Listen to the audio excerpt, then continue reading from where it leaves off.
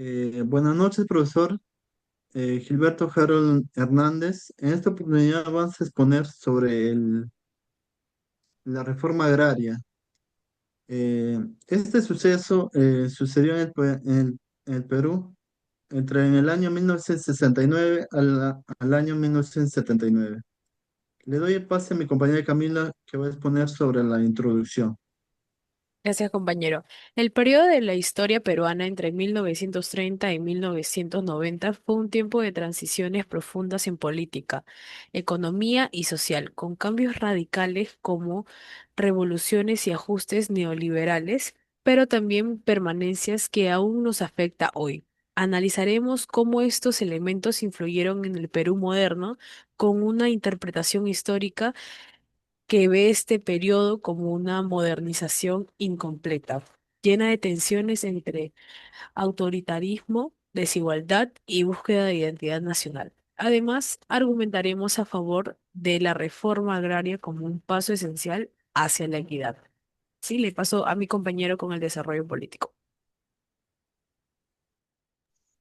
Entre el desarrollo político, vamos a observar entre los años 1930, bajo la dictadura del presidente Augusto B. Leguía, que fue influenciada por la Gran Depresión, se fortaleció un modelo autoritario que prioriza el control estatal sobre la economía, marcando un cambio hacia mayor intervención gubernamental. Entre los años 40 y 50 trajeron democracias inestables.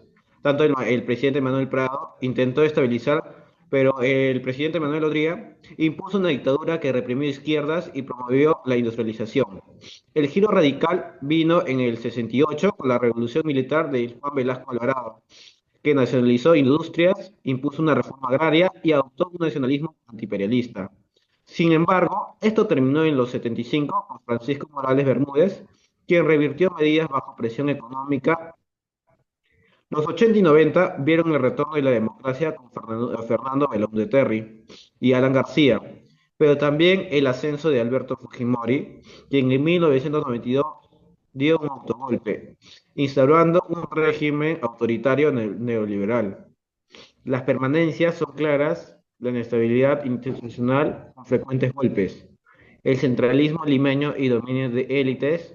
Hoy esto se refleja en la politización política, corrupción y conflictos entre poderes, como los recientes enfrentamientos en el Congreso. Le paso a mi compañero.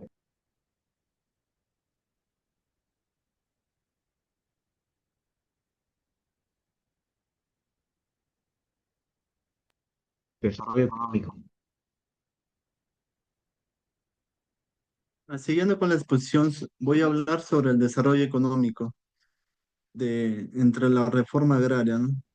En el Perú, la parte económica, le- en la parte económica agraria, ha dependido siempre de las exportaciones, como la exportación del azúcar, del algodón, y más adelante en la industrialización de eso, ¿no? En las partes urbanas. La Gran Depresión surgió en 1930, cual golpeó duramente las exportaciones, acelerando la migración rural hacia Lima, ¿no? Y el inicio de la industrialización por sustitución de importaciones, ISI, bajo el gobierno de Odría.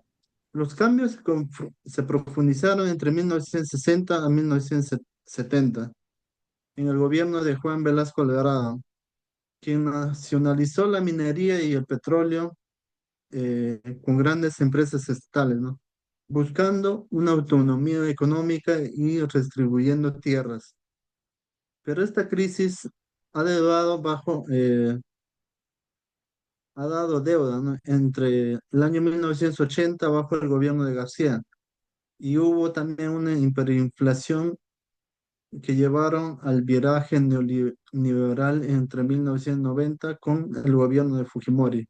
Las privatizaciones masivas, la apertura de los mercados y la reducción del Estado. Y, inspirada en el consenso de Washington, la permanencia incluyeron la dependencia de materias primas como el oro y el cobre, la concentración de riquezas en Lima y la pobreza rural persistente. Y hoy ha aumentado el crecimiento moderado y la informalidad al 70% y la desigualdad extrema. Le doy el pase a mi compañero. Bueno, en el desarrollo social se desarrolla y se vio avances significativos en la urbanización y educación, pero con permanencias en desigualdades étnicas y de género.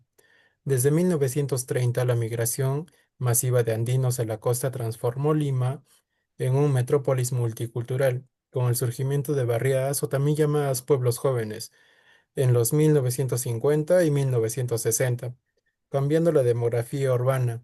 La reforma agraria de Velasco en 1969 y 1975 fue un hito que afectó a 1,5 millones de hectáreas, empoderó a campesinos y creó cooperativas. En 1970 y 1980 trajeron expansiones de educación y salud. Sin embargo, en 1980 fueron devastadores con la violencia de Sendero Luminoso y el MRTA, causando alrededor de 70.000 muertes y desplazamientos masivos. Permanencias incluyen racismo estructural contra indígenas y afroperuanos, endomachismo y brechas urbano-rurales. Hoy el 80% es urbano, pero la pobreza al 20% y luchas persistentes por sus derechos.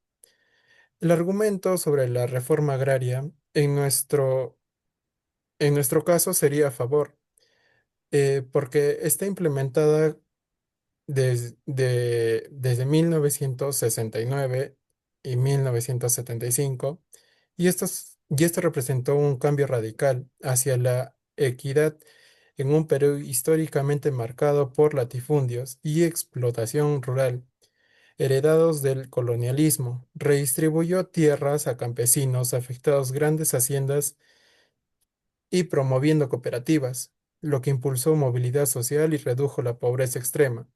Datos históricos muestran un aumento inicial del 20% en producción agrícola y bases para el desarrollo humano. Aunque fue incompleta, solo cubrió el 30% de tierras cultivables y fue revertida parcialmente en 1990 bajo Fujimori, favoreciendo esto a las élites y tuvo un impacto positivo en democratizar el acceso a recursos que justifica su defensa. Hoy se podría revitalizar el campo con tecnología y educación. Le doy pase a mi compañera. Gracias. Conclusiones.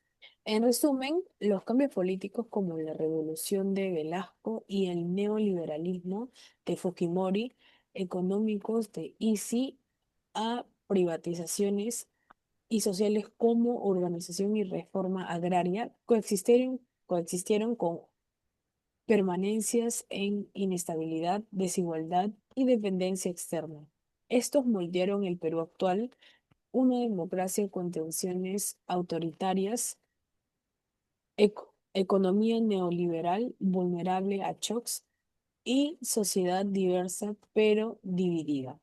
Desde, desde mi interpretación histórica inspirada en el desarrollo dependiente, este periodo explica la fragilidad institucional y desigualdades de hoy, donde protestas recientes reflejan conflictos no resueltos.